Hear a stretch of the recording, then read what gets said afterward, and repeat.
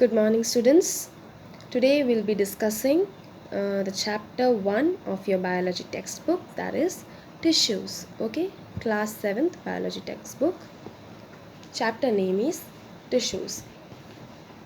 So, before knowing what is a tissue, we should know what is a cell, because as you can see in the definition, what are tissues? Tissues are a group of cells which perform specific functions. Okay, so before learning tissue, we need to study about cells a little bit so that we can get a clear idea about tissues also. So you have already learned in class 6th, I guess, that what is a cell? A cell is a structural and functional unit of life. Okay, so a human body or an organism, not only a human body but any organism, make it a plant cell, an animal cell, or anything, an animal, a plant, a human body, anything, every organism starts its life from a single cell. Okay, in humans the cell is known as zygote. Okay, similarly every organism starts its life as a single cell. Okay, so there are different type of cells. Okay, each cell have a specific function, right? So here in this chapter, the it is we are talking about tissues. Okay, so what are tissues? We already said, a group of similar cells which perform a specific function. Okay, so tissue basically क्या होता है? Cell जो होता है, cell divide होता रहता है continuously, and these cells, ये जो डिवाइडेड सेल्स है ये एक मास बना लेते हैं, एक ग्रुप बना लेते हैं. ओके, उस ग्रुप को हम नाम देते हैं टिश्यू का. ओके, और ये सिर्फ एक ग्रुप बन के नहीं छोड़ते, ये ग्रुप एक स्पेसिफिक फंक्शन भी करता है. That is, one tissue can perform a specific function. Okay, and one tissue is formed of a group of cells. Okay, so one tissue can perform a specific function. So a tissue is a group of similar cells that can perform a specific function, right? So in your book, section of skin and section of leaf is given. It's just for your reference. Okay, for example, we can take surface cells of skin from a tissue called epidermis. That is, skin में जो tissue होता है, what is that? Epidermis. Then we can give the example of chlorophyll containing cells of a leaf. Okay, and the tissue is called chlorenchyma. Okay, it contains chlorophyll. Then the cells that carry food from the leaves to the different parts of the plant to form a tissue called phloem. Okay, plant में हमने, okay, so you are going to study in 8th standard about transport in plants and what is the role of xylem and phloem. Okay, so अभी 7th में आपको phloem दिया गया है, and phloem is a plant tissue. Okay, plant के अंदर जो tissue पाए जाते हैं उनको बोलता है phloem tissue. Okay, they carry food to the leaves. Okay, उनका function food को carry करना होता है, transport of food. Okay, so ये 3 examples है आपकी book में. Now we talk about plant tissues. Okay, plant tissues are divided into 2 main forms. What are they? Meristematic tissue and permanent tissue. So yes, meristematic tissue. If we talk about meristematic tissue, what are meristematic tissue? Meristematic tissue is made of actively dividing cells. Their function is to produce new cells. Meristematic tissue is a group of young living cells that can divide and form new cells. This tissue is found in those parts of the plant that keep on growing. Okay, so meristematic tissue क्या होते हैं? ये actively dividing cells होते हैं, actively continuously divide होते रहते हैं. Okay, इनका function क्या होता है कि ये नए सेल्स को प्रोड्यूस करें. अब एक्टिवली डिवाइडिंग है, डिवाइड हो रहे तो नए सेल प्रोड्यूस हो रहे हैं, तो इनका फंक्शन क्या हुआ कि they produce new cells. Okay, now how can we define meristematic tissue? Meristematic tissue is a group of young living cells that can divide and form new cells. हमने बोला कि उनका फंक्शन है टू प्रोड्यूस न्यू सेल्स. तो meristematic tissue क्या हुए? Young living cells, young cells होते हैं जो अपने आप को डिवाइड करते हैं नए सेल्स बनाने के लिए. ओके, तो आप हिंदी में इसको समझ के आप इंग्लिश में अपने ओन वर्ड्स में भी लिख सकते हो कि meristematic tissue are the tissues which form new cells with the help of young living cells by actively dividing the young living cells. Okay, a very easy and simple definition is given in your textbook. You can write that also. Okay, अब ये tissue कहाँ पाए जाते हैं? Where are these tissues found? These tissues are found in the growing parts of the plant. Okay, what are the growing parts of the plant? Plant में growing part कौन कौन से होते हैं? रूट, रूट बढ़ता है, स्टेम, ब्रांचेस. ओके, ये जो ब्रांच है, स्टेम है, रूट है, ये सब प्लांट के ग्रोइंग पार्ट होते हैं. ये ग्रो करते रहते हैं. ओके, हम एक पेड़ उगाते हैं तो हम पेड़ के लिए सबसे पहले हम एक छोटा सा पौधा ला के रखेंगे. ठीक है, वो पौधा बढ़ता रहता है, बढ़ता रहता है, ऊपर को भी बढ़ता है, नीचे को भी बढ़ता है, रूट्स भी बढ़ रहे हैं, उसका स्टेम भी बढ़ रहा है, ब्रांचेस भी बढ़ रही है, तब जाके वो पेड़ बन रहा है. राइट, वैसे ही ये मेरिस्टेमेटिक टिश्यू ग्रोइंग पार्ट्स में होते हैं. ग्रोइंग पार्ट्स कौन कौन से? Stem, branches, roots, etcetera. Okay, now characteristics of meristematic tissue. Okay, if we talk about the characteristics, meristematic tissue के characteristics की बात अगर हम करेंगे तो okay, cells जो होते हैं small size के होते हैं. Okay, that is one thing is clear कि meristematic tissue के cells small size होते हैं. Okay, सेल वॉल उनका थिन होता है. आपने पढ़ा है आपने पढ़ा है शायद कि प्लांट और एनिमल सेल आपने अगर पढ़ा होगा तो उसमें आपको देखने को मिलेगा कि सेल वॉल किस में होता है? प्लांट्स में. एनिमल्स में सेल वॉल नहीं होता है, सेल मेम्ब्रेन होता है, सेल वॉल नहीं होता है. पर प्लांट्स में सेल मेम्ब्रेन, सेल वॉल दोनों होता है. ओके, प्लांट्स में 3 चीज़ें एक्स्ट्रा होती है. क्या क्या है? Vacuole, cell wall and cytoplasm. Right, so this cell wall जो मेरिस्टेमेटिक टिश्यू में है that is thin cell wall होता है. और थिन से आपको क्या समझ में आता है?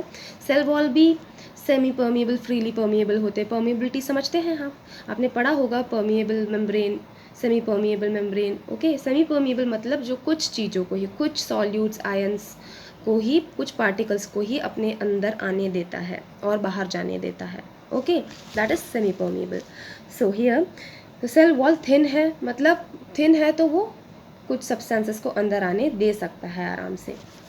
Okay, then these are living cells cause they divide and form new ones. Okay, ये लिविंग सेल्स होते हैं. ठीक है, इनमें न्यूक्लियस होता है और ये डिवाइड करते रहते हैं अपने आप को कंटिन्यूसली और क्या बनाते हैं? नए सेल्स बनाते हैं.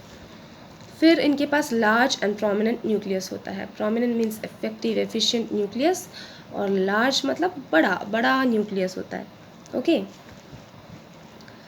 Sales lack vacuole. Okay, cells में वैक्यूल नहीं होता है. वैसे हमने देखा है प्लांट में वैक्यूल होता है, प्लांट सेल में, बट इधर मेरिस्टेमेटिक टिश्यू के सेल्स में वैक्यूल नहीं होता है. ओके, वैक्यूल्स यूजुअली क्या करते हैं? फूड को स्टोर करते हैं, बट इधर वैक्यूल नहीं होता है. फिर ये जो सेल्स हैं मेरिस्टेमेटिक टिश्यू के, they are compactly placed. What do you mean by compactly placed? Like ये मेरे हाथ में देखो, ऐसे राउंड राउंड में बिल्कुल पास पास. ओके, पास पास प्लेस है, बिल्कुल चिपके हुए हैं ऐसे, बिल्कुल, है ना. उनके बीच में कोई स्पेस नहीं है, कोई इंटरसेलुलर स्पेस नहीं है. Okay, they are compactly placed. Then last point is continuous division of cells to produce new cell. ये हमने पहले भी बोल दिया कि कंटिन्यूसली डिवाइड होते रहते हैं to form new cells. Okay, ये भी इसके कैरेक्टरिस्टिक्स में आ गया.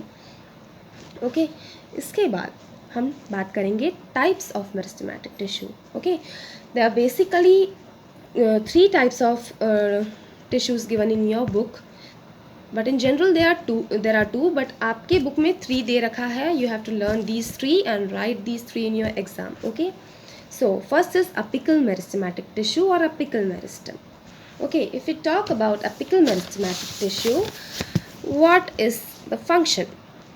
अपिकल मेरिस्टेमेटिक टिश्यू, पहले तो हमें ये देखना है कि ये कहाँ पाया जाता है. Where it is found. Okay, it is found at the root tips and shoot tips and in the bud. Okay, root और shoot. What is shoot? Shoot वही है जो ऊपर के साइड में होते हैं. रूट के ऊपर जितना भी पोर्शन होता है, स्टेम, ब्रांचेस, लीव्स, ये सब शूट सिस्टम में आ जाते हैं.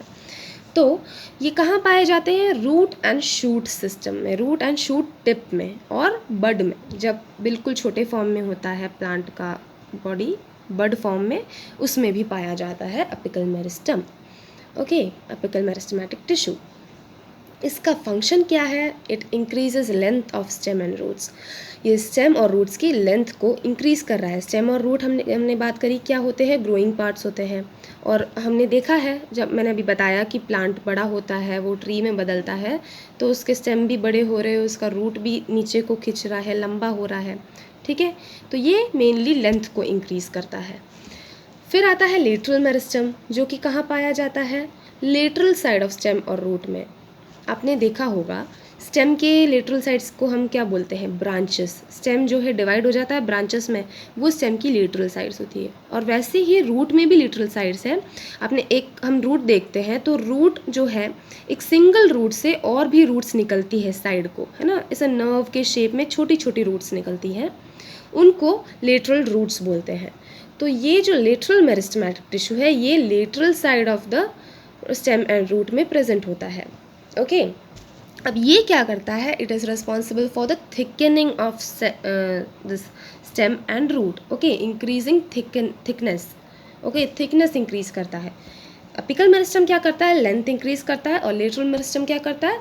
थिकनेस इंक्रीज करता है। ओके, उसका मोटापा बढ़ाता है, स्टेम का, रूट का, ओके, ब्रांचेस का। Then increases girth of the plant. Girth means nothing but the diameter. Okay, जो एरिया प्लांट कवर कर रहा है वो इंक्रीज करता है। अब लेटरल मेरिस्टेमेटिक टिश्यू जो है, उसको भी हम दो टाइप में कह सकते हैं। This is extra, okay, this is not given in your book, but it's better to know. That is on the type of vascular cambium and कॉक cambium. What is vascular cambium? Some plants grow in thickness by producing new tissue laterally from root tip to shoot tip with the help of vascular cambium. Vascular cambium क्या करता है? कुछ plants की thickness बढ़ाता है, okay, root tip से shoot tip तक लेकर, पूरा रूट से लेकर शूट टिप तक, ओके। ये उसमें ये वैस्कुलर कैम्बियम की मदद से ही वो थिकनेस बढ़ती है और लेटरल पार्ट्स में होता है, lateral roots, lateral stem, okay. फिर आता है कॉक कैम्बियम। वो कहाँ मिलता है? कॉक का मिलता है bark of roots and stem में, stem of woody plants, sorry. So cork cambium जो है, बार्क ऑफ रूट्स मतलब छाल, बार्क मतलब छाल, ओके, और वुडी प्लांट का जो स्टेम होता है उनमें ये कॉर्क कैम्बियम देखने को मिलता है, कॉर्क देखने को मिलता है, ओके। ये एक एक्स्ट्रा नॉलेज है, ये टाइप आपको याद ऐसा रखने की ज़रूरत नहीं है, आपके बुक में सिर्फ थोड़ा सा दिया गया है little meristem. This is an extra knowledge for you, that is it's of two type, vascular cambium and cork cambium. Vascular cambium lateral side में from root tip to shoot tip thickness increase करता है, और cork cambium कहाँ पाया जाता है? bark of root में और stem of woody plants में, okay. फिर आता है intercalary meristematic tissue, okay.